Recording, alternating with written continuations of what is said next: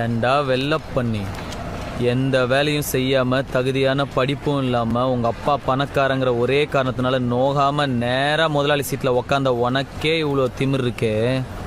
அப்பா அம்மா கஷ்டப்பட்டு ஸ்கூலுக்கு டொனேஷன் கட்டி எல்கேஜிலேருந்து 10வது வரைக்கும் ஃபெயில் ஆகாமல் படித்து 10வதுல ஈஸியான குரூப்பெல்லாம் விட்டுட்டு இந்த குரூப் எடுத்தால் தான் இன்ஜினியர் ஆக முடியும்னு கஷ்டமான குரூப்பாக எடுத்து ஃபிசிக்ஸ்க்கு ஒரு டியூஷன், கெமிஸ்ட்ரிக்கு ஒரு டியூஷன், மேக்ஸுக்கு ஒரு டியூஷன் ரோடாக அலைஞ்சு அதுக்கு ஃபீஸ் கட்ட பெற்றவங்கள வேற ரோடாக அலைய விட்டு பப்ளிக் எக்ஸாமில் பாஸ் ஆகிறதுக்கு நைட்டெல்லாம் ஃப்ளாஸ்கில் டீ வச்சு படித்து காலையில் அலாரம் வச்சு எந்திரிச்சு படித்து அதில் வாங்குற மார்க்லாம் பத்தாமல் டிஎன்பிசி எக்ஸாமுக்கு வேற தனியாக ஒரு 2 மாதம் உட்காந்து படித்து அதில் வாங்குற கட் ஆஃப் மார்க் யூஸ்லெஸ்ஸாக போய் அம்மா நகையை அடமானம் வச்சு காலேஜில் சீட்டு வாங்கி ஃபர்ஸ்ட் இயர்லேருந்து 4th இயர் வரைக்கும் வச்ச அரியர்லாம் 4th இயரில் மொத்தமாக கிளியர் பண்ணி இந்த சொசைட்டிக்குள்ளே நுழைஞ்சா இந்த சொசைட்டி என்ன வேலை இல்லைன்னு செருப்பால் அடித்து